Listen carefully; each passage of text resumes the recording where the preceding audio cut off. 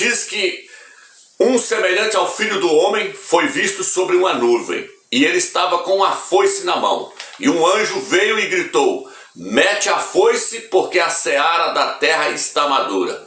E então ele meteu a foice e a seara da terra foi colhida, foi ceifada. Só estou mostrando para os irmãos que o Eterno nos compara com uma lavoura e que essa lavoura vai ser colhida. Ali está dizendo que o Filho do Homem, Yahshua, vai fazer uma colheita. Aquela colheita ali é a colheita daqueles que não subirem no ar no primeiro arrebatamento. Aquela colheita ali é a última colheita. Ela vai ser feita no final da tribulação. Vou estar mostrando isso para os irmãos daqui a pouco dentro das Escrituras. Então, meus irmãos, o Eterno, ele tem uma lavoura. E essa lavoura, ela é colhida de 3 vezes. A primeira colheita já aconteceu. Agora falta 2 colheitas para acontecer. Então o que eu quero trazer para os irmãos? O que eu quero trazer para os irmãos é o seguinte: essa lavoura do Eterno tem 3 coisas nelas que são colhidas. E cada uma dessas coisas representam algo. A primeira coisa que é colhida na lavoura do Eterno é o linho. A segunda coisa é a cevada. A terceira coisa é o trigo. Essas 3 coisas são colhidas na lavoura do Eterno: o linho, a cevada e o trigo.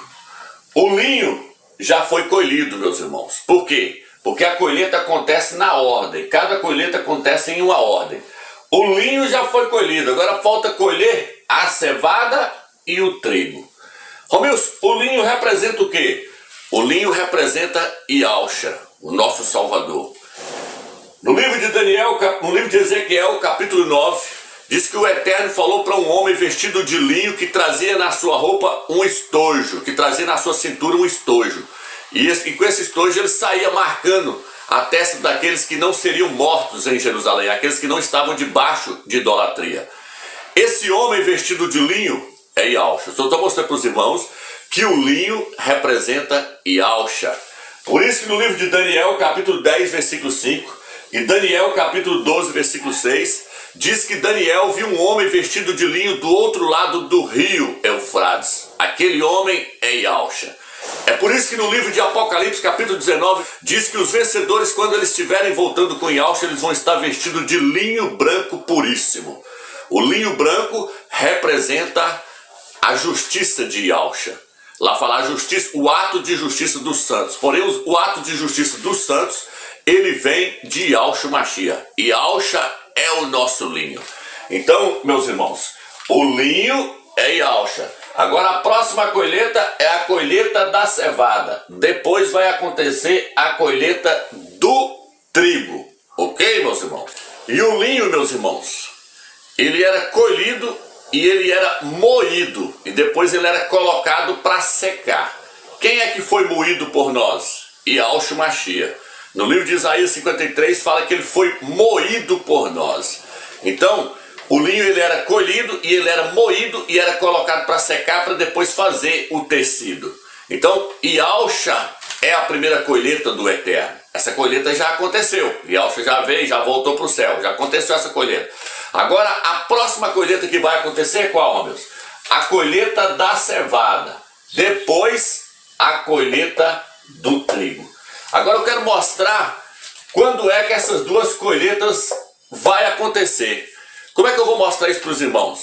Eu vou mostrar para os irmãos que essas 2 colheitas, elas vão acontecer cada uma em uma festa. O Eterno, meus irmãos, ele programou 3 festas para Israel cumprir elas. Muitos aí no YouTube falam muito de 7 festas. Fala da festa, fala da Páscoa, fala dos pães asmos, fala das primícias, fala de Pentecostes, fala da festa do tabernáculo, da festa das trombetas. Eles falam de 7 festas. O que eu vejo aí no YouTube é pessoas ensinando sobre 7 festas. Só que eu não quero falar sobre 7 festas. Por quê? Porque o Eterno não determinou para os judeus, para os ialdins, cumprir 7 festas. O Eterno deu ordem para eles cumprirem só 3 festas. Está registrado aqui, ó. Êxodo 23, versículo 14 e 17, Deuteronômio 16 e 16. Eu não estou falando que não tem as outras festas, não. Os judeus até comemoram as outras festas. Só estou dizendo que o Eterno determinou o cumprimento só de 3 festas. Essas 3 festas é que tem que ser cumprida. Elas têm que cumprir ainda, porque tudo que está no Velho Testamento são figuras, são sombra das coisas que haveriam de vir. Então cada uma dessas festas, dessas 3 festas, representam algo que tem que se cumprir, meus irmãos. É isso que eu quero mostrar para os irmãos. Então, não vai ter arrebatamento na festa de trombeta. Por quê, Romeu? Porque o Eterno não determinou que a festa das trombetas tem que ser cumprida, não. O Eterno determinou que a festa que é para ser cumprida é a festa dos pães ázimos, a festa das semanas, que muitos conhecem como Pentecoste, né? Outros como colheita, porque a tradução, a mais antiga, a palavra mais antiga não é nem Pentecoste e nem semanas, é colheita, a festa da colheita, porque aqui é a última colheita, é a colheita do trigo. E a festa das tendas, a festa do tabernáculo. Onde está escrito isso, Romeu? Deuteronômio 16, versículo 16, o Eterno falou, vocês vão cumprir 3 festas no ano. 3 festas no ano. Aí o Eterno pega e fala o nome delas: pães ázimos, semanas e tendas. O que faz a festa dos pães ázimos ter início? É a Páscoa, é o sacrifício da Páscoa. Se você pegar 1 Coríntios capítulo 5, versículo 6 em diante, o apóstolo Paulo fala assim, ó: e Alxa é o nosso cordeiro pascual. Portanto, não deixemos de celebrar a festa dos pães ázimos. Paulo fala sobre a festa dos pães ázimos e fala sobre o sacrifício da Páscoa. Por quê? Porque a festa dos pães ázimos, ela se inicia com o sacrifício da Páscoa no dia 14 para o dia 15 de Nissan. É o sacrifício da Páscoa, é no pôr do sol. Então o sacrifício da Páscoa dá início à festa dos pães ázimos. Está entendendo, meus irmãos? Então, o que o Eterno determinou, meus irmãos? 3 festas: pães ázimos, semanas, que é a festa da colheita, e a festa das tendas, dos tabernáculos. Isso está aqui, ó, Êxodo 23, versículo 14 e 15, e Deuteronômio 16, 16, leia lá que vocês vão ver que o Eterno determinou só 3 festas. Esquece esse negócio de 7 festas aí, que isso aí é só para trazer confusão. Por isso que tem muitas pessoas ensinando aí que o arrebatamento vai acontecer na festa das trombetas. Hoje eu vejo com clareza, não vai acontecer na festa das trombetas. O arrebatamento vai acontecer, os 2 arrebatamentos que faltam, as 2 colheitas que faltam agora, vai acontecer na festa dos pães ázimos e na festa da semana, na festa da colheita, que para cumprir essas festas. Muitos pensam que a festa da semana, que é a festa de Pentecostes, já se cumpriu, porque o Eterno derramou o Espírito dele sobre o povo dele ali, a igreja, no dia de Pentecostes. Essa festa aqui ainda não cumpriu não, meu irmão. Ela vai cumprir ainda. Ela vai cumprir com a colheita do trigo. E essa festa aqui vai cumprir com a colheita de quê, Romeu? Com a colheita da cevada. Quero explicar isso para vocês agora, para vocês entenderem. Então veja bem, meus irmãos. O linho e a cevada eram colhidos na mesma estação, na estação da primavera, entre março e abril. Por isso que Alxa veio na primavera. Então era cumprido na estação da primavera. O linho era colhido, porém o linho era colhido primeiro do que a cevada. Agora o que vai acontecer? Agora vai acontecer a colheita da cevada. Romeu, a colheita da cevada acontece quando? Vou estar lendo para vocês aqui, no livro de Levítico. Não vou ler todas as passagens não, só algumas principais para nós entender. Levítico 23, versículo 10 diz assim: diga aos israelitas, quando por fim entrarem na terra que eu lhes dou e fizerem a colheita, vós terão de levar ao sacerdote as primícias da sua colheita, e ele levará as primícias para a frente e para o Criador, a fim de que cada um de vocês sejam aceitos por ele. Então aqui está falando assim, quando vocês entrarem na terra da promessa, vocês vão fazer a colheita. Qual colheita, Romeu? A colheita da cevada. Por quê, Romeu? Porque eles entraram na primavera. Eles entraram em Jerusalém, em Alxalã, lá na terra de Jericó, para ser mais preciso, lá na terra de Jericó, eles entraram no dia 15. Onde está registrado isso, Romeu? Está registrado em Josué, capítulo 5, versículo 10. Os israelitas permaneceram acampados em Gigal, e no dia 14 do mês, ao anoitecer, celebraram a Páscoa na fronteira de Jericó. E no dia seguinte à Páscoa, nesse mesmo dia, comeram dos produtos da terra. Então no dia 15, eles entraram para dentro da terra de Canaã. E aí eles fizeram o que lá, Ramos? Eles fizeram a ceifa, eles fizeram a colheita da cevada. E aí levaram a cevada lá no templo para poder ser apresentada ao Eterno. Ali era o início da colheita deles. E aí eles levaram como primícias e apresentou para o Eterno lá no templo. Ele escolheu o que então? Eles escolheram a cevada. Está aqui. Para vocês entenderem que o linho e a cevada é colhida junto, basta vocês lerem Êxodo 12, versículo 18. O que está escrito lá, Romeus? Eu vou estar lendo para os irmãos entenderem. Aliás, meus irmãos, perdão aí. É Êxodo 9. Êxodo 9, versículo 31 diz assim. Vou pegar o 30. 9, 30 e 31. Mas quanto ao Senhor e aos seus servos, já sei que nem mesmo assim temerão a Iau. O linho e a cevada foram destruídos, porque a cevada estava com espiga, e o linho estava em flor. Mas o trigo, a espeita, não foram destruídos, porque eram safras tardias. O que eu quero trazer para vocês? A ênfase aqui é o versículo 31. O linho e a cevada foram destruídos. O linho e a cevada foram destruídos, porque a cevada estava com espiga e o linho estava em flor. Mas o trigo não foi destruído, porque a safra era tardia. Só estou mostrando para os irmãos que quando o Eterno derramou a ira lá no Egito, que ele mandou granizo, ali o linho e a cevada foi destruído. Por quê? Porque o linho e a cevada é colhido na época da Páscoa, é colhido na primavera. Por isso que o linho e a cevada foi destruído. O linho e a cevada é colhido entre março e abril, no mês de Nissan. Só estou mostrando que a cevada e o linho são colhidos na mesma estação. Agora, por que o trigo não foi destruído, Romeus? Porque era uma plantação que era colhida mais tarde. Então estou mostrando para os irmãos que esses dois aqui, a cevada e o linho, é colhido na mesma estação, na estação da primavera, na Páscoa. Já o trigo não, o trigo é colhido mais tarde. O trigo é colhido quando, Romeus? O trigo é colhido na festa da semana. O trigo é colhido na festa da colheita. Já aqui a Páscoa é colhida quando, Romeus? A Páscoa é colhida na festa dos pães asmos. Quando é que começa a colheita da cevada, Romeus? A colheita da cevada, ela começa no dia 15 de Nissan. O dia 15 de Nissan é quando começa a festa dos pães asmos. Então, a colheita da cevada, meus irmãos, ela tem início no dia 15 de Nissan. Ela tem início no dia que começa a festa dos pães asmos.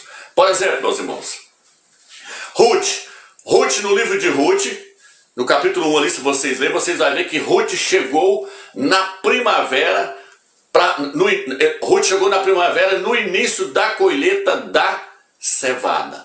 Ela chegou lá em Israel, Ruth. Ruth é um símbolo da igreja gentílica. É tanto que lá fala que Ruth era uma mulher estrangeira. Eu estou trazendo para os irmãos quando é que a cevada é colhida. Ruth chegou lá no início da colheita da cevada. Livro de Ruth, capítulo 1. Leia lá que você vai ver que Ruth chegou no início da colheita da cevada. Só estou mostrando que a cevada, ela é colhida na primavera, na Páscoa. Então o que eu quero trazer para os irmãos com isso? O que eu quero trazer para os irmãos agora é o seguinte: não vai haver arrebatamento, não vai haver colheita dos vencedores, a colheita dos vencedores não vai acontecer na festa das trombetas. A colheita dos vencedores não vai acontecer na festa do tabernáculo. Não. A colheita dos vencedores, o arrebatamento dos vencedores, vai acontecer na festa dos pães asmos, para cumprir a festa dos pães asmos. O cumprimento da festa dos pães asmos é o arrebatamento da cevada, é a colheita da cevada. Romeus, quando é que a cevada é colhida? Nós lemos aqui agora em Levítico, capítulo 23, versículo 10. A cevada é colhida, começa a ser colhida no dia 15 de Nissan. O que está escrito lá? Quando vocês entrarem na terra e fazerem a colheita, qual colheita? A colheita da cevada, vocês vão levar as primícias perante o Eterno. Então ali começou-se a colheita da cevada. A cevada é quem, Romeus? A cevada é os 144.000 do Apocalipse 14. A cevada é o filho varão. Então a cevada que foi colhida e foi apresentada ali como primícias ao Eterno, ela começou a ser colhida no dia 15 de Nissan. Por quê? Porque a festa dos pães asmos inicia-se no dia 15 de Nissan. Ela inicia-se com o sacrifício do Cordeiro Pascual. Então, para cumprir a festa dos pães asmos, tem que acontecer a colheita da cevada, tem que acontecer o arrebatamento do filho varão. Vou provar para vocês agora. Apocalipse capítulo 14. Olha o que está escrito aqui. Então vi o cordeiro em pé sobre o monte Sião e correram 144.000, que tem o nome dele e o nome de seu pai escrito na testa. Aí, ó, esse aqui é o filho varão. Esse aqui é os 144.000, os vencedores que foram resgatados de toda a terra. Não tem nada a ver com 144.000 da tribo de Israel, viu, meus irmãos? Isso aqui são crentes que se tornaram vencedores em toda a terra, foram resgatados de toda a terra. Eles conhecem o nome do pai e o nome do filho. Agora vem, ouvi um som vindo do céu como o som de muitas águas e como o som de um forte trovão. O som que eu ouvi era como de cantores tocando as suas harpas ao cantar. Quem está tocando isso aqui, essas harpas aqui, é Yahusha. A voz de Yahusha é como a voz de muitas pessoas cantando junto. A voz de Yahusha é como a voz de muitos harpistas tocando as suas harpas junto. Por que a voz dele está no plural? Porque ele está ensinando para os 24 anciões, ele está ensinando para os 144.000, que é o mesmo grupo. As escrituras alternam, tem hora que ela fala 24 ancião e tem hora que ela fala 144.000. Por quê? Porque é o mesmo grupo, ela alterna. Tanto faz falar 24 anciões como falar 144.000, é o mesmo grupo. Agora, estava cantando, isso aqui é Yahusha, o que parecia ser um novo cântico diante do trono, diante dos 4 seres viventes e dos anciões. Aí, ó, e dos anciões. Agora ele vai alternar, agora ele vai falar 144.000. Ninguém podia aprender esse cântico, exceto os 144.000 que foi resgatado da terra.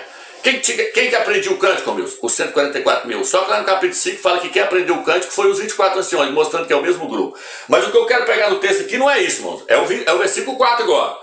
Isso aqui é assunto para outro vídeo.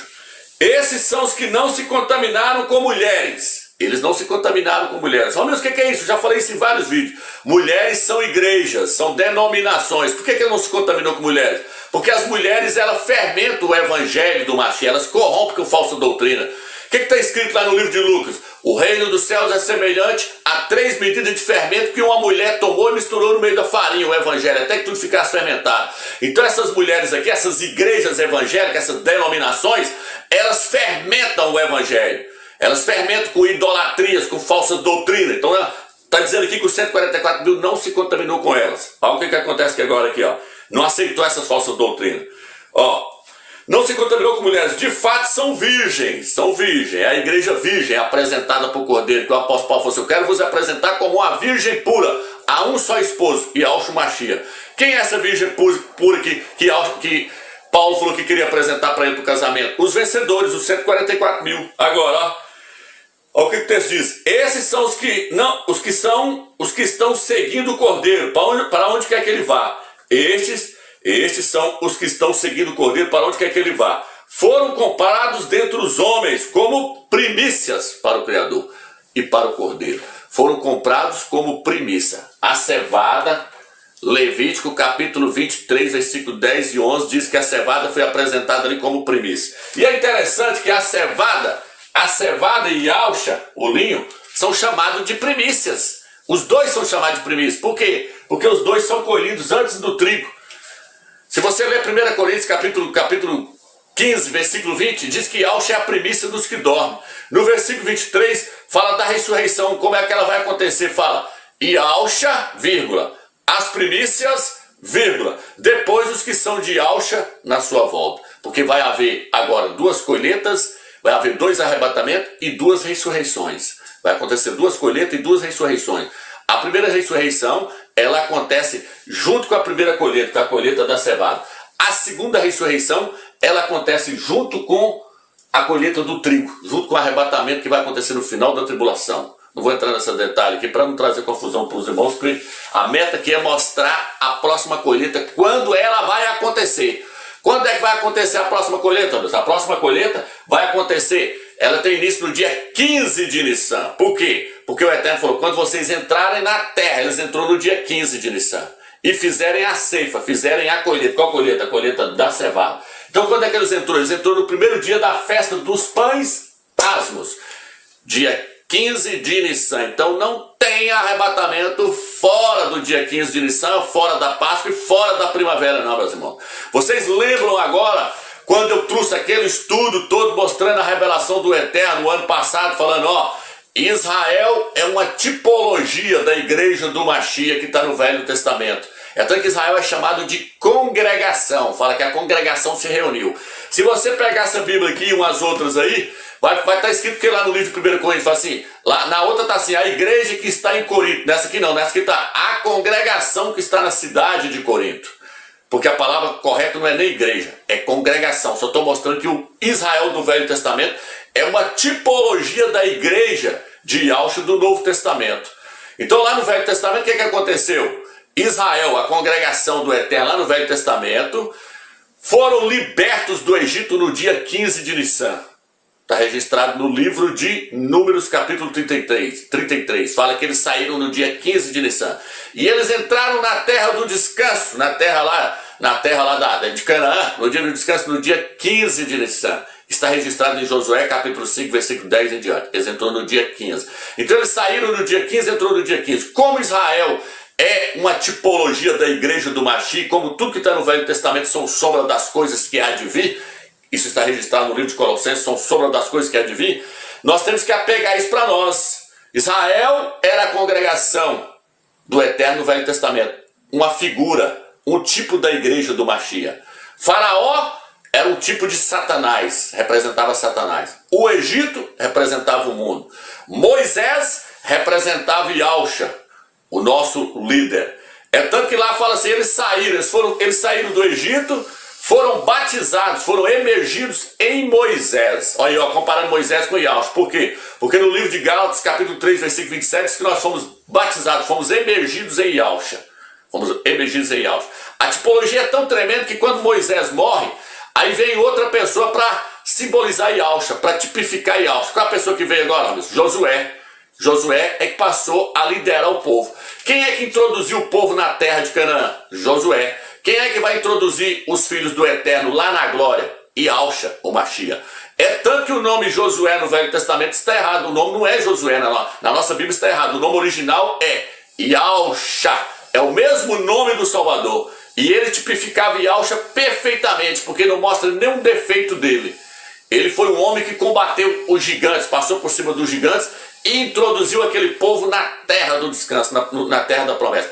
Yahshua é o nosso Salvador, é o nosso general, é o nosso líder. É ele que vai na frente, passando por cima de todos os gigantes e os inimigos, para introduzir a cevada, para introduzir os vencedores, para introduzir o filho varão lá na terra de Canaã, lá na glória, onde está o Eterno. Por quê? Porque quando Josué entrou lá na terra do descanso, lá na terra de Canaã, ele topou com Yahshua lá dentro, e Yahshua virou para ele e falou assim, tira a sandália dos pés, porque o lugar que você está é terra santa. Quando nós chegarmos lá em cima, é isso que Yahshua vai dizer para nós, vocês chegaram num lugar que é um lugar santo, é o lugar onde está o Todo-Poderoso, Yahweh dos Exércitos. Eu só estou mostrando para vocês então que, para ver o cumprimento dessa festa dos pães asmos, ela só vai ser cumprida no dia que a cevada for colhida, no dia que o filho varão for colhido. Senão não existe o cumprimento, não vai existir, deixa eu pegar o pincel aqui. Não vai existir o cumprimento dessa festa aqui, ó. O cumprimento dessa festa é o que então, Romilson? É o arrebatamento, é a colheita da cevada. E quando é que ela é colhida? Dia 15 de Nissan. Está entendendo agora porque toda a prefiguração de Israel sai no dia 15 de Nissan, entrando no dia 15? Se eu aceito que Israel é a congregação do Eterno Velho Testamento, e que Israel representava a igreja, se eu aceito isso, que todo pastor prega isso também, se eu aceito que Faraó é uma tipologia de Satanás, se eu aceito que Moisés era uma tipologia do Mashiach, eu tenho que aceitar também que eles saíram no dia 15 e vai entrando no dia 15. Eles foram arrancados com mão forte. A palavra arrebatamento significa arrancar com força. Então se eu aceito todas essas questões de Faraó representando Satanás, Moisés representando o Mashiach, se eu aceito todas essas questões, Israel representando a igreja, eu tenho que aceitar que eles saíram no dia 15 e entrou no dia 15, que o nosso arrebatamento tem que ser no dia 15 também. E tem que ser na Páscoa, na primavera. Entendeu, meus irmãos? Eu tenho que aceitar o resto da profecia. Porque tudo que está lá são figuras e são sombra das coisas que há de vir, que há de acontecer. No Novo Testamento vai se tornar realidade. Está entendendo? Agora eu quero passar para aqui, ó. Agora eu quero passar para cá. E aqui eu creio que os irmãos entenderam perfeitamente. Aí, meus irmãos, veja bem agora. Essa festa aqui, ela tem que se cumprir. Como é que a festa da semana da colheita, que chama de Pentecostes, vai cumprir, Romeu? Com o arrebatamento, com a colheita do trigo. Então tá, aqui ó, veja bem, meus irmãos. Essa festa aqui, ela vai se cumprir com a colheita do trigo. Romeus, quem é o trigo? O trigo são os crentes que não vão estar maduros para ser arrebatado agora, na primavera, na Páscoa. Por que eu estou dizendo agora? Porque eu creio que vai ser nessa Páscoa agora. Eu creio que vai ser nessa Páscoa agora, porque Israel vai estar completando 73 anos. Daqui a pouco eu falo sobre isso, no final do estudo aqui. Então veja bem, meus irmãos. O trigo são os crentes que não vai subir no primeiro arrebatamento. Eles vão ficar para amadurecer. Tanto que a casca do trigo é mais dura. Eles falam que o trigo tinha que ter, para quebrar a casca deles, diz que tinha que ter que levar numa máquina lá que chama tribulon. Ela chamava tribulon essa máquina. Tinha que levar o trigo lá para ele ser moído, porque a casca dele é mais dura. A casca da cevada, ela é mais mole. A casca da cevada é mais mole. Então a cevada representa a igreja de Filadélfia, a igreja fiel. O trigo representa a igreja de Laodiceia. Representa essas denominações. O trigo é mais duro. E o trigo tinha que ser levado numa máquina chamada tribulon, para depois ele ser moído. O que acontece? O trigo ele vai ser moído na tribulação. Ele vai passar pela tribulação. Por quê, Romeus? Porque a cevada amadurece primeiro que o trigo. Por isso que o trigo é colhido mais tarde. O trigo era colhido 50 dias depois do dia 16 de Nissan. Passava-se a contar. Onde está isso, meus? Levítico capítulo 23, versículo 10. O versículo 15 vai falar que a festa da semana ela começava a ser contada do dia 16 para frente. A festa dos pães asmos, ela começava no dia 15 e ia até o dia 21. A festa da semana, a festa da colheita, começava no dia 16. E aí passava a contar-se 50 dias para frente. No final dos 50 dias era colhido o trigo. E quando o trigo era colhido, então o que acontecia, Romeus? Aliás, quando o trigo for colhido, o que vai acontecer, Romeus? Vai acontecer o cumprimento da festa da semana, da festa que é chamada festa de Pentecostes. O nome original é festa da colheita, é a grande colheita. A cevada era uma pequena colheita que fazia. Mas o trigo não, o trigo é uma grande colheita. Por quê? Porque o arrebatamento, a colheita da cevada, vai ser só um pequeno número que vai subir no primeiro arrebatamento. Por isso que a cevada é menos. A cevada ela era mais nutriente, porém ela tinha menos valor do que o trigo. Onde está isso, meus? Apocalipse capítulo 6, versículo 6. 3 medidas de cevada por 1 denário. E 1 medida de trigo por 1 denário. Mostrando que o trigo tinha mais valor. O trigo, na verdade, ele tem mais valor aqui na terra. Quem tem valor é a igreja de Laodiceia. A igreja de Filadélfia não tem valor nenhum. Por quê? Porque a igreja de Laodiceia ela é representada pela cevada. Só que a cevada era mais nutriente. E a cevada, ela pode não ter valor para as pessoas, mas para o eterno ela tem um grande valor. A igreja de Filadélfia ela pode não ter valor no mundo aqui, mas para o eterno ela tem um grande valor. Por isso que Alcivalor falou, vocês têm pouca força. Mas para quem que ele falou que é o arrebatamento? Para ela, ele falou, porque guardasse a minha palavra na perseverança, eu também te guardarei da hora da tribulação que há de vir sobre o mundo inteiro. Então Yahshua vai tirar a cevada, Yahshua vai tirar a igreja de Filadélfia antes de iniciar a tribulação. E ele vai deixar a igreja de Laodiceia, vai deixar o trigo para ser colhido no final da tribulação. Agora o que acontece, meus irmãos? Vocês podem observar que uma coisa está dentro da outra. A Páscoa, para se iniciar a festa dos pães asmos, tem que acontecer o sacrifício do cordeiro. E para iniciar a festa da colheita, tem que iniciar-se a festa dos pães asmos. A festa da colheita inicia-se dia 16. A festa dos pães asmos, dia 15. E a festa da colheita, a festa da semana, ela durava 50 dias. Por isso, festa das semanas é porque são 7 semanas. Está registrado no livro de Levítico, capítulo 23. São 7 semanas, são 50 dias. Só estou mostrando para os irmãos que isso aqui está tudo um dentro do outro. Aqui, ó. Tudo dentro um do outro. Ó. Um está dentro do outro. Por que está tudo um dentro do outro, meus? Porque Yahshua, o linho, a cevada e o trigo formam um só. Formam um grupo só. Yahshua é o cabeça e nós somos o corpo. Formam uma coisa só. Então, por isso que essas 3 festas estão interligadas. Essa aqui está fora. Essa aqui está fora. Por quê, meus? Porque essa aqui representa o milênio. Isso aqui está onde? Isso aqui está no Apocalipse, Zacarias 14, 16, 17. Fala que todos os anos, no milênio, as pessoas vão ter que subir a Jerusalém para adorar o Eterno. Está relacionado mais com os judeus, com a igreja também. Porém, aqui está falando que quando todas as coisas tiverem sido guardadas, quando tudo tiver sido restaurado, Porque a festa das tendas, ela é o agradecimento por todas essas colheitas aqui, ó. E a festa das tendas era quando eles tinham guardado toda a sua colheita no celeiro, já estava tudo já guardado. Então essa festa aqui, ela representa o milênio, é quando Yahushua estiver reinando, tudo tiver sido guardado, tudo tiver sido restaurado. Ela acontecia de setembro a outubro, tá vendo aqui a data dela? Essa aqui não, essa aqui é março e abril. Mas aí o que eu quero trazer para vocês? Que a Páscoa, os pães asmos e as semanas estão todas interligadas, uma dentro da outra, uma sai de dentro da outra, tá vendo?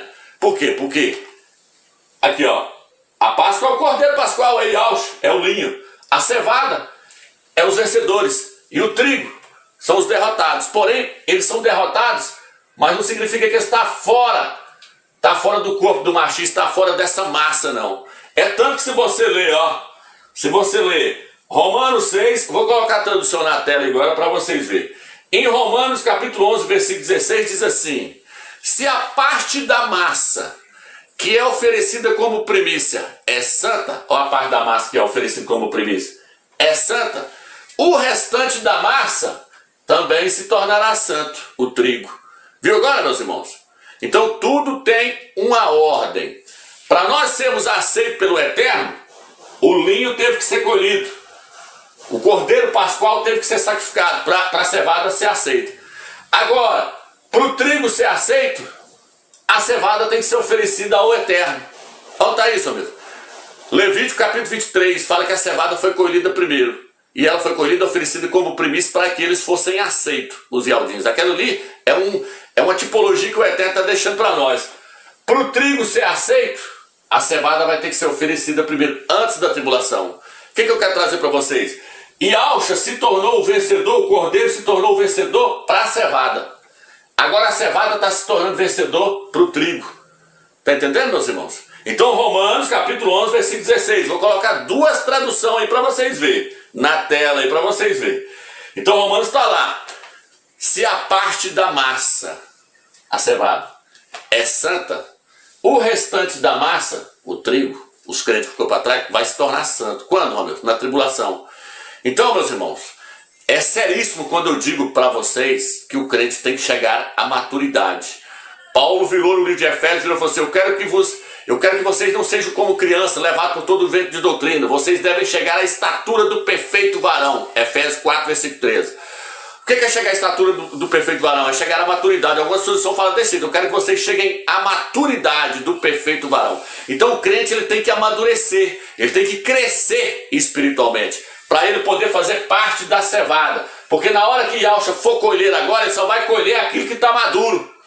Aquilo que não está maduro vai ficar para depois, vai ficar para a próxima festa. Essa festa aqui acontece, qual que é o final dela? A festa da colheita, a festa da semana. O final dela acontece no mês de maio e junho. Então a colheita do trigo acontecia no final de maio e junho. Esse arrebatamento aqui, ó, essa colheita aqui, ó, ela vai acontecer do dia 25 de maio para o dia 5 de junho. Por quê, Romeu? Porque a Páscoa de 2028, ela vai acontecer dia 11 de abril. Aí você soma 11 de abril mais 50 dias. No final desses 50 dias é quando vai acontecer a colheita do trigo. Então o arrebatamento, a última colheita, a colheita do trigo, ela vai acontecer no ano de 2028, entre maio e junho, entre 25 de maio a 5 de junho. É ali que vai acontecer. Por isso que Yahushua virou e falou assim: bem-aventurados que chegam a 1335 dias. Por quê? Porque 3 anos e meio, na verdade, são 1290 dias. Mas ele falou: bem-aventurados que chegam a 1335 dias. Ele acrescentou 45 dias a mais. Provavelmente ele está falando da colheita do trigo. Por quê? Porque gastava-se 50 dias. Essa festa durava 50 dias. Então provavelmente ele está falando da colheita do trigo. Provavelmente não, com certeza. Ele está falando da colheita do trigo. Ele está falando bem-aventurado que chegar no final da tribulação. Por quê? Porque eles vão ser arrebatados, eles vão ser colhidos. Então espero que até aqui vocês tenham entendido com clareza essa questão. Agora eu vou estar lendo Apocalipse 14 e vou estar mostrando para vocês as duas colheitas. A colheita da cevada e a colheita do trigo. Ok, meus irmãos? Então vamos lá, vou mostrar para os irmãos agora essas duas colheitas, a colheita da cevada e a colheita do trigo. Vou estar mostrando para os irmãos agora. Apocalipse capítulo 14, diz assim: Lá no Velho Testamento também mostra, Levítico capítulo 23 mostra, mas aqui mostra com mais clareza, Apocalipse 14. Então viu o cordeiro em pé no Monte Sião, e com ele os 144 mil, que tem o nome dele e o nome de seu pai, escritos na testa. 144 mil aqui é a cevada. Ó, vou ler o versículo 4.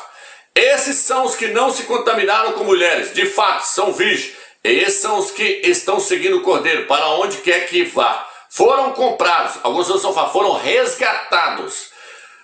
Primícias para o Criador e para o cordeiro. Tá vendo aí, meus irmãos? Então tá falando que os 144 mil foram resgatados. Ou seja, houve uma colheita. E essa colheita aqui aconteceu o quê, Romeus? Eles foram levados para o Monte Sião. Quando aconteceu o primeiro arrebatamento agora, a primeira colheita agora, a colheita da cevada, a colheita dos vencedores, dos 144 mil, eles vão direto para o Monte Sião. Para quê, Romeus? Para fazer uma festa. Por isso que fala lá no livro de Hebreus, capítulo 12, versículo 22. Fala que viu a igreja qual é a igreja? A igreja fiel, a igreja de Filadélfia, não é a igreja infiel, não é a igreja de Laodiceia, não. Viu a igreja fiel em festa no céu, no Monte Sião. É os 144 mil, em festa no céu. A igreja fiel vai direto para o Monte Sião. Quer que vocês gravem isso? Direto. É igual o filho varão do Apocalipse 12, que é o mesmo grupo. O que está escrito lá? A mulher que é a igreja, que não tem nada a ver com Israel. Muitos falam que é Israel, não é Israel. A mulher é a igreja infiel. Ela vai dar a luz ao filho varão. A igreja infiel vai dar a luz à igreja fiel.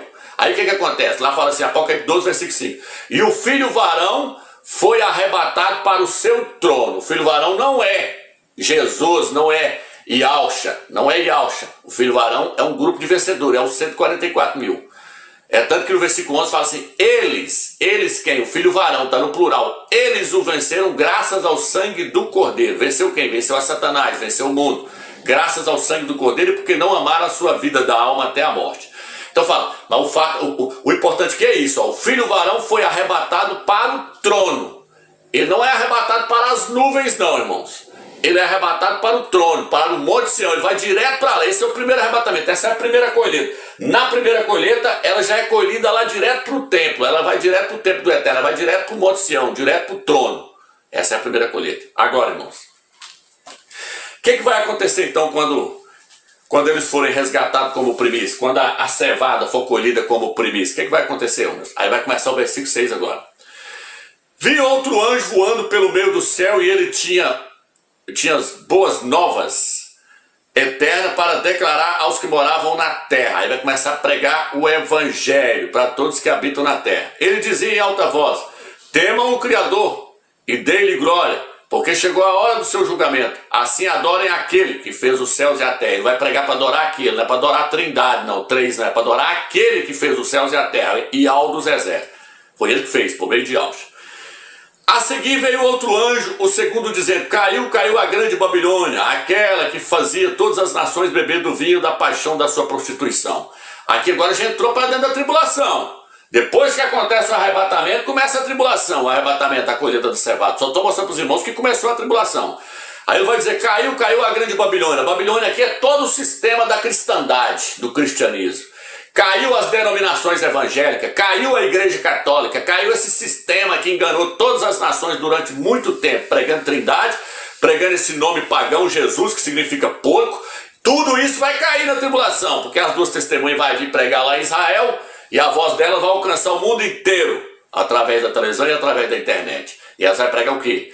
Yahweh e Yahweh, porque Yahweh já é conhecido lá hoje. Hoje é conhecido Yahweh, Benjamin Netanyahu. By the Prime Minister of the State of Israel, Mr. Benjamin Netanyahu. ההגמוניה תגיד שזה משפט נתניהו. Então o nome Yahweh já é conhecido lá hoje, filho da mão direita de Yahweh, né? Nehiskiel, Ezequias, o nome Yahweh já é conhecido, vai pregar Yahweh e Yahweh. Aí vem, só estou mostrando que a tribulação começou. Agora, para depois eu falar dessa colheita aqui, tá? Vamos chegar lá nessa colheita aqui, agorinha. Então vamos lá. Outro anjo seguiu o terceiro dizendo em alta voz, se alguém adorar a besta, versículo 9, e a sua imagem receber uma marca na testa ou na mão, beberá também do vinho da ira do Criador. Está falando agora da marca da besta, está falando da imagem da besta. Está vendo que entrou para dentro da tribulação? Entrou para dentro da tribulação. Aí vem agora, a fumaça do 11, a fumaça do tormento dele subirá para todo sempre. Quem adorar a imagem vai ser jogado dentro do lago de fogo. Agora eu vou pegar aqui agora o versículo 3. Aqui, ó. E ouvi uma voz vinda do céu dizendo: escreve, felizes os mortos que desde agora morrem no Salvador. Tal, beleza. Agora o 14. Vi então uma nuvem branca, e sobre a nuvem estava assentado alguém semelhante a um filho de homem, e Alcha, com uma coroa de ouro na cabeça, porque ele é o rei, e uma foice afiada na mão. Ele tinha uma foice. A foice é para quê? A foice é para colher. Agora ele vai colher o quê, Romilson? Ele vai colher a cevada? Né? Já foi colhida, ela é as primícias que foi colhida logo no capítulo 14, versículo 4. É os 144 mil, já aconteceu a colheita da cevada. Então ele vai colher o que agora, Romilson? Depois da tribulação ele vai colher o trigo, que agora já está maduro. Agora ele amadureceu. Amadureceu com o quê, Romilson? Ele amadureceu com a tribulação. A tribulação vai fazer amadurecer na marra. Por isso que eu falei com vocês que o trigo era levado na máquina chamada tribulon. Vai ter que passar pela tribulação. Os crentes que não subiram no primeiro arrebatamento. É a igreja que vai ficar para trás. A mulher, a igreja deu à luz ao filho varão, a cevada. E ela foi arrebatada para o trono. Depois vem a tribulação. Ela fugiu para o deserto. A mulher fugiu para o deserto. Agora, aí vem agora, versículo 14. Estava sentado alguém semelhante ao filho de homem, com a coroa na cabeça e com a foice na mão. O 15. Outro anjo saiu do santuário do templo gritando em alta voz para o que estava sentado na nuvem: use a sua foice e colhe, pois chegou a hora da colheita. E ceife, pois chegou a hora da colheita, porque a colheita da terra está completamente madura. Olha aí, a seara da terra está completamente madura. O anjo apareceu e falou: meta a sua foice e colhe, porque a seara da terra agora está completamente madura. Por quê? Porque passou pela tribulação. Mas agora o que eu quero trazer para vocês? Aqui está dizendo que o filho do homem, Yahshua, estava sentado sobre a nuvem com a foice na mão. Então esse arrebatamento é para ir lá para o trono, meu? É para ir para o Monte Sião? Não, é para ir para as nuvens. Por isso que no livro de Tessalonicenses não está falando do primeiro arrebatamento. Tessalonicenses está falando do arrebatamento do trigo, que acontece no final da tribulação. Por quê, meu? Porque lá diz assim: nós os vivos que ficarmos, que sobrou, que não subiu no primeiro arrebatamento, nós os vivos que ficarmos. Apocalipse capítulo 4, versículo 13 em diante, o versículo 16 é que vai entrar nessa questão. Nós os vivos que ficarmos, o apóstolo Paulo falando, seremos arrebatados para encontrar o Salvador nas nuvens, para o encontro dele nas nuvens. Então, no primeiro arrebatamento da cevada, a pessoa vai direto para o trono, que é o arrebatamento do filho varão, vai direto para o Monte Sião, que é os 144 mil. O segundo arrebatamento, a segunda colheita do trigo, vai encontrar Yahshua nas nuvens. Viu uma diferença? Conseguiu ver agora a diferença, meus irmãos? Que tem duas colheitas, uma colheita vai para o Monte Sião e a outra colheita vai para as nuvens. Então tem dois arrebatamentos. Então Yahshua vai vir, a primeira ele não sai do trono, ele fica lá. A pessoa vai direto para encontrar ele lá no trono. A segunda colheita não, ele vem, larga o trono e vem para nas nuvens e faz a segunda colheita. Mais explicado que isso aqui não tem como. Então, meus irmãos, está tudo programado. Está tudo programado. Eu quero ver agora a pessoa sair disso aí, dizer que tem possibilidade do arrebatamento acontecer fora da primavera, o arrebatamento da cevada, porque esse aqui é fora da primavera, esse aqui é entre maio e junho. Estou falando da cevada, dos vencedores vai acontecer agora. Eu quero ver a pessoa falar para mim que ele vai acontecer fora da primavera, fora da Páscoa e fora do dia 15 de Nissan. Não tem como. Dentro da Páscoa é certeza. E tudo indica que é no dia 15 e é na primavera. Por quê, Romilson? Passou-se o inverno, passou-se a chuva, chegou-se a primavera. Levanta-te, querida minha, formosa minha, e vem a mim. Ele está falando da igreja fiel. Por quê, Romilson? Porque ele precisa de uma igreja para casar com ele. Yahshua precisa de uma igreja para casar com ele. Ele precisa de uma virgem. Ele não quer uma igreja prostituta como as denominações e como a igreja católica, não. A igreja católica é a grande prostituta do Apocalipse 17. E as denominações evangélicas são só as filhas. Porque lá vira e fala assim, ó, a mãe das prostitutas e das abominações da terra. A igreja católica é a mãe, porque todas as denominações evangélicas, a batista, a presbiteriana, tudo isso saiu da igreja católica. É tanto que seguem a doutrina da igreja católica. Eles pregam Jesus e eles pregam a trindade, 3 deuses, uma aberração diante do eterno. Só existe um criador do universo, Yahweh dos exércitos, e o seu filho Yahshua, que não se chama Jesus. Jesus é um nome pagão que veio da igreja católica, que significa isso é um porco. Então as denominações evangélicas são prostitutas, que foi após outro, foi após Jesus e Yesu, o Deus porco de Roma. Tem que ser bem forte para os irmãos, para quem está assistindo também, para eles entenderem o que eu estou falando. Não se contaminaram com mulheres, os 24 anciões. Eles não foram lá se contaminar com mulheres, com as denominações evangélicas, nem com a igreja católica. Então, meus irmãos, o arrebatamento da igreja fiel, o Auschwitz da igreja virgem para casar com ele. Paulo disse, eu quero vos apresentar como uma virgem. Para isso tem que sair fora do sistema. Então, para ver esse casamento, o Eterno vai separar um grupo fora das denominações evangélicas. Esse grupo vai ser levado ao encontro do Mashiach lá na glória para casar com ele. Para casar com ele. É por isso que a festa dos pães asmos, lá fala que ela durava 7 dias, porque será 7 anos de festa no céu. Festa de pães asmos, pão sem fermento. É os crentes que vão estar sem o fermento da idolatria. Pecado não, porque o pecado entra, né? Mas em Auschwitz também, o sangue de Auschwitz nos purifica de todo o pecado. Mas ali o que mais pega é a idolatria. Lá fala assim, ó, na sua boca não se achou mentira, Apocalipse 14. Eles não invocam o nome de ídolos, Jesus, Trindade, eles não invocam o nome desses ídolos. Eles invocam só Ial e Iaus. Por isso eles vão estar preparados para subir nesse arrebatamento. Eles são virgens, na sua boca não se achou mentira, porque ídolo é uma mentira, é uma falsidade. Tá entendendo, meus irmãos? Então aqui, ó, Iaus te deu a igreja para casar com ele. Então só um pouco da massa vai estar santa, vai estar pronta. O que está escrito no livro de Romanos? Se uma parte da massa é santa, cevada, o resto também o será, mas é no futuro. Tem que passar para a tribulação. É por isso que quando você chega no livro de Apocalipse, capítulo 19, você vê um casamento. Apocalipse 19 fala de um casamento. A noiva se ataviou, vestiu. A noiva é a igreja de Filadélfia, a cevada, está pronta para o casamento. Mas quando você chega no livro de Apocalipse, capítulo 21, ali, 22, fala de um segundo casamento. Fala assim, vi a cidade santa descendo como noiva para o cordeiro. Ali é depois do milênio, quando toda a massa vai estar santa. Vai haver um segundo casamento. Porque aí o trigo vai se juntar com a cevada para formar a noiva do cordeiro. Por isso que fala de 2 casamentos o Apocalipse. Porque agora vai acontecer só um. Por que tem que acontecer? Porque o cordeiro tem que casar. Tem que ter as bordas dele. Então só uma parte da massa vai estar santa. Só uma parte dos crentes vai estar pronto para casar. Então agora eu quero trazer para vocês, a questão é o seguinte, irmãos, tudo indica que vai ser nessa Páscoa agora. Por quê? Porque Israel agora vai completar 73 anos. E o Eterno, ele segue uma cronologia. O Eterno segue uma cronologia. E esse dia 15 de Nissan é o dia mais espetacular que tem nas Escrituras Sagradas. O dia 15 de Nissan provavelmente foi o dia que o Eterno vestiu Adão e Eva com a pele do cordeiro. O dia 15 de Nissan provavelmente era o dia que Abraão ia sacrificar Isaac, que é uma tipologia de Yalcha. Quando Isaac estava com aquele feixe de lenha, carregando aquele feixe de lenha, simboliza Yalcha carregando madeira por nós, e Abraão simboliza o Criador, o Pai, o nosso Criador Pai, Yal, que deu o seu filho para morrer por nós. Então Abraão simbolizava o pai, Isaac simbolizava o filho, e Yal que ia ser sacrificado. Porém, aquele sacrifício provavelmente ia acontecer no dia 15 de Nissan. O Eterno permitiu, providenciou para ele um cordeiro, que o cordeiro na verdade ia vir, que é o verdadeiro cordeiro é Yal.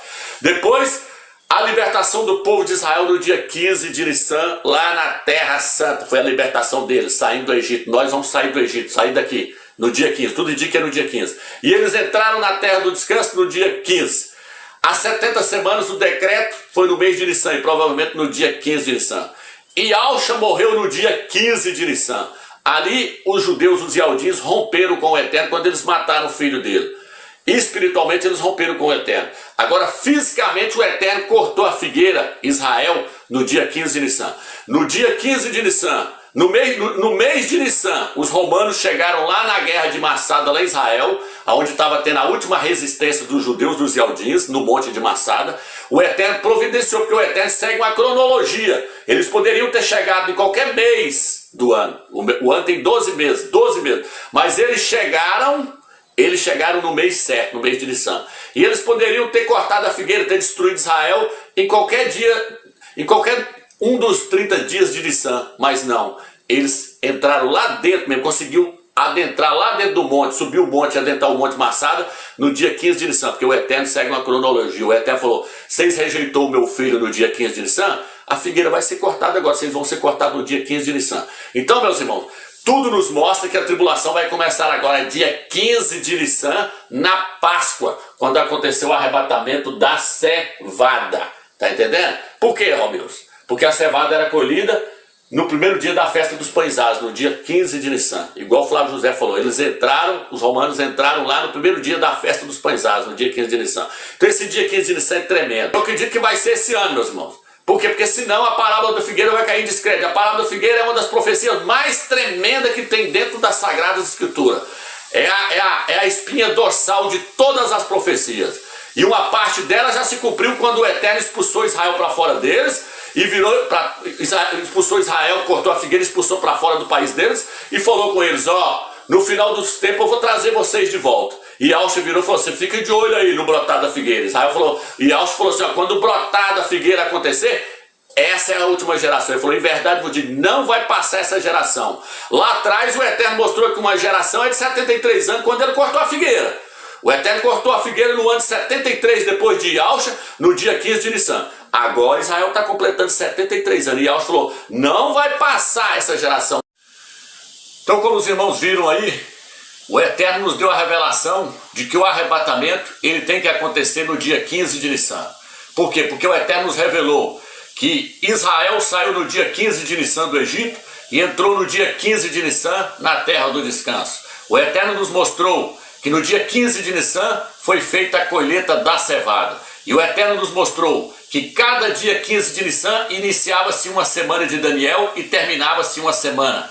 Então, ou seja, a última semana ela vai iniciar-se no dia 15 de Nissan. Agora o que eu quero trazer para os irmãos? Eu quero trazer uma outra grande revelação que o Eterno nos deu, mostrando que o arrebatamento dos vencedores, ele tem que acontecer no dia 15 de Nissan. E eu vou fazer uma comparação de uma história que está registrada no livro de Êxodo com o livro de Apocalipse. Nós vamos interligar esses dois livros agora para vocês entenderem que o arrebatamento dos vencedores, ele tem que acontecer no dia 15 de Nissan. Veja bem, meus irmãos, vocês já pararam para pensar que a praga 10ª do Egito, a praga dos primogênitos ali que o Eterno trouxe 10 pragas sobre o Egito ali. Mas a última praga que caiu sobre o Egito foi a morte dos primogênitos dos egípcios. Vocês já pararam para pensar por que o Eterno colocou a morte dos primogênitos dos egípcios como sendo uma daquelas 10 pragas? Vocês já pararam para pensar sobre isso, meus irmãos? Aquilo não está ali por acaso. E é isso que eu quero trazer para os irmãos entenderem. Então veja bem, meus irmãos.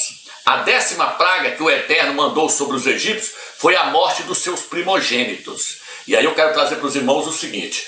Antes de Israel sair do Egito e ir em direção à terra de Canaã, o Eterno trouxe o livramento dos primogênitos de Israel. O Eterno falou com Moisés, Moisés, você vai matar o cordeiro, vai sacrificar o cordeiro e vai passar o seu sangue nos umbrais das portas. E aí o anjo da morte vai passar, mas vai acontecer o quê? Vai haver o livramento dos primogênitos de Israel.